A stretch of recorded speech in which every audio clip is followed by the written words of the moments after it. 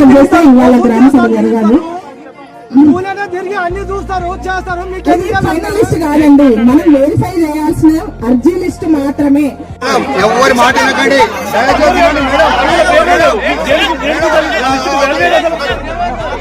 దయచేసినండి, ఎవరి మాట వినకండి. మీరు కరెక్ట్ సర్వే చేయండి. ఏ రాజకీయ నాయకులు మాట వినకండి. రేపు వచ్చినటువంటి లిస్ట్ మాత్రమే, ఇది ఫైనల్ లిస్ట్ కాదు. ఎవరు కూడా ఆందోళన చెంది మాకు రాలే అని టెన్షన్ పడకండి. ఎవరైతే మాకు రాలే, మేము అర్హులము అని మీకు అనిపిస్తే లెటర్ ఇవ్వండి, తీసుకుంటాము. అంతేగాని ఎలాంటి ఆందోళన చెందకండి.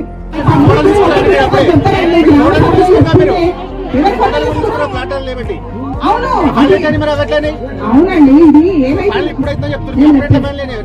ఇది మనకు ప్రజాపాలన 6 గ్యారెంటీల స్కీమ్ కింద దరఖాస్తులు వచ్చినాయండి. 437 దరఖాస్తులు వచ్చినాయి మన దగ్గర.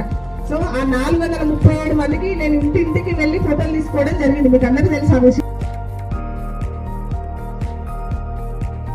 బ్యాంకులు మొత్తం ల్యాండ్ లేకుండా, మొత్తం ఇల్లు లేకుండా ఉన్న వాళ్ళ లిస్టు మాత్రమే వచ్చింది. ఇది కూడా ఫైనల్ కాదు. మన గ్రామ సభ ఏదైతే ఆమోదం చెప్తారో అది మాత్రమే ఫైనల్ లిస్ట్. మీరు ఏదైతే అబ్జెక్షన్ ఉందంటారో వాళ్ళు ఇప్పుడే అబ్జెక్షన్ చెప్పేయండి.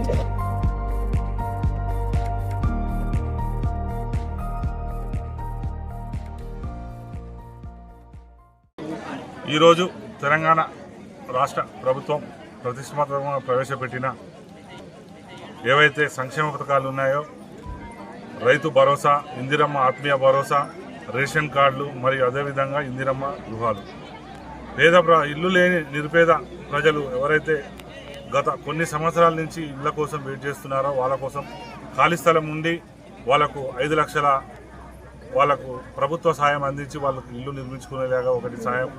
రెండోది రైతు భరోసా, రైతులకు పెట్టుబడి పెట్టే విధంగా రైతు భరోసా. అదేవిధంగా భూమి లేని నిరుపేదలకు ఎవరైతే పర్మనెంట్ జాతీయ ఉపాధి హామీ పథకం కింద పనిచేస్తున్నారో వాళ్ళకు భూమి లేని వారు వాళ్ళని కూడా గుర్తించి వాళ్ళకు కూడా ఇందిరమ్మ ఆత్మీయ భరోసా కింద వాళ్ళకు 6 నెలలకు 6,000, సంవత్సరానికి 12,000 చొప్పున వాళ్ళకి ఇప్పించడం. అదేవిధంగా గత 10 సంవత్సరాల నుంచి వెళ్ళి రేషన్ కార్డ్స్ అయిపోవడం వలన చాలామంది కుటుంబాలు రేషన్ కార్డు, కొత్త రేషన్ కార్డ్స్ కావచ్చు మరియు అదేవిధంగా రేషన్ కార్డులో కుటుంబ సభ్యుల నమోదు కావచ్చు అయిపోవడం జరిగింది. అది ఇప్పుడు ఆ అవకాశం కూడా గవర్నమెంట్ ఇవ్వడము. ఎందుకంటే తెలంగాణ ఇప్పుడు కాంగ్రెస్ పార్టీ తెలంగాణ ప్రభుత్వం ఏర్పడిన తర్వాత పేద ప్రజలకు ఏదైతే హామీ ఇచ్చిందో అదేవిధంగా పేదల పక్షపాతిగా ఈ 4 సంక్షేమ పథకాలు ప్రజలకు, ప్రతి ఒక్క పేద ప్రజలకు, అర్హునికి ప్రతి ఒక్కరికి అందేలా కృషి చేస్తున్న తెలంగాణ ప్రజాప్రభుత్వానికి, ముఖ్యమంత్రి రేవంత్ రెడ్డి గారికి, అదేవిధంగా మా ప్రియతమ నాయకులు భువనగిరి ఎమ్మెల్యే కుంభం అనిల్ కుమార్ రెడ్డి గారికి కూడా ధన్యవాదాలు తెలియజేస్తున్నాము.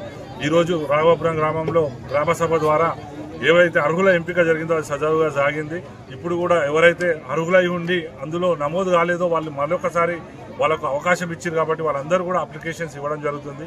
ఆ అప్లికేషన్ ఇచ్చిన తర్వాత నిజంగా పేద ప్రజలు ఎవరైతే ఉన్నారో, ఆ పథకానికి ఎవరైతే అర్హులు ఉన్నారో, ఎలాంటి పార్టీలు అవన్నీ చూడకుండా పేద ప్రజలకు అందేలా చూడడం మా ధ్యేయం.